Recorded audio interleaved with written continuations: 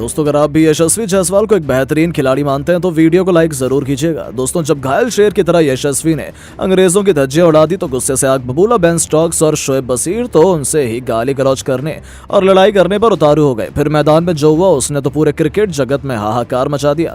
तो आखिर कैसे इन दोनों इंग्लिश खिलाड़ियों के बीच मैदान में किया खेल भावना को शर्मसार। आखिर कैसे जायसवाल को गाली देते हुए उन्होंने इस युवा बल्लेबाज से दुश्मनी मोल ले ली।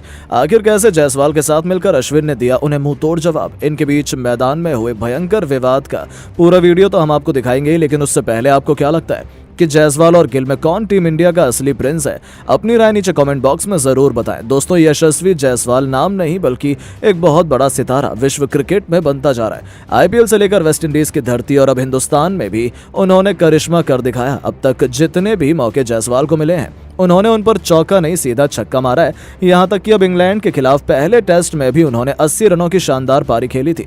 हालांकि वो न टीम इंडिया को जीत दिला पाए न वो शतक पूरा कर पाए, लेकिन दूसरे टेस्ट मैच में उन्होंने अपने उस अधूरे काम को इतने शानदार अंदाज में पूरा किया कि इंग्लैंड के खिलाड़ी भी रहम की भीख मांगने लगे थे। लेकिन तभी गुस्से से आग बबूला इंग्लिश कप्तान बेन स्टोक्स से और उनके गेंदबाजी शोएब बशीर जो सिर्फ 18 साल के, उन्होंने भी जायसवाल से बदतमीजी करते हुए जो किया वो देखकर तो हर एक हिंदुस्तानी का खून खौल उठा। जी हां दोस्तों, अपनी इतनी बुरी हालत उनसे बर्दाश्त नहीं हो रही थी। आखिर हो भी क्यों ना, उन्होंने टीम इंडिया का कोई बड़े बड़े झटके दिए थे। उन्होंने भारत के किसी भी अन्य बल्लेबाज को 40 रन भी नहीं दिए, लेकिन जायसवाल अकेले ही वन मैन आर्मी की तरह उनकी बेरहमी से कुटाई किए जा रहा था।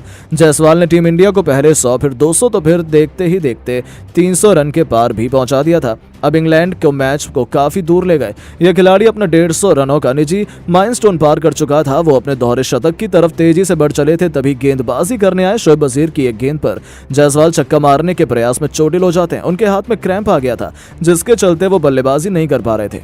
आनन फानन में फिजियो मैदान में आए और उनका इलाज करने लगे, लेकिन इसी दरमियान जायसवाल को तकलीफ में देखकर इंग्लिश खिलाड़ी तो ठहाके लगाकर हंसने लगे थे।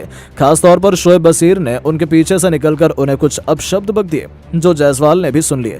बस फिर क्या था, जायसवाल को अपनी बेइज्जती बिल्कुल भी बर्दाश्त नहीं थी।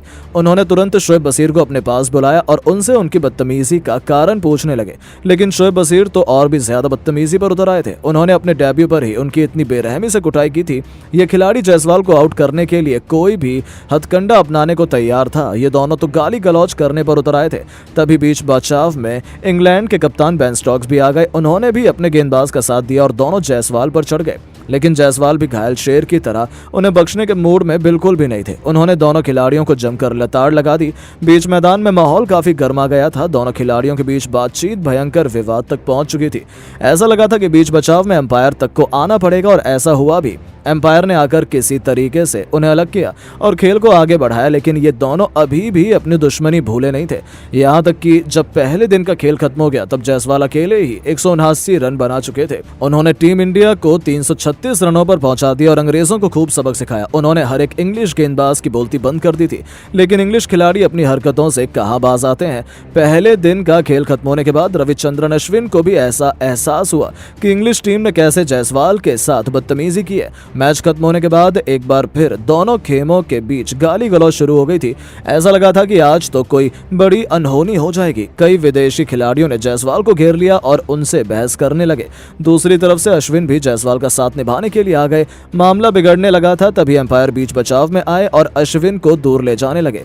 तब अश्विन एम्पायर को ही लताड़ लगा दी और उन्हें इंग्लिश खिलाड़ियों को हद में रखने की सलाह तक दे डाली। सच में जिस अंदाज में आज खेल का मैदान विवादों का अखाड़ा बना, उसे देखकर तो हर कोई हैरान रह गया। अब यह देखना दिलचस्प होने वाला है कि आईसीसी क्या इन सभी खिलाड़ियों की बदतमीजी को देखते हुए क्या उनके खिलाफ एक्शन लेती है या नहीं।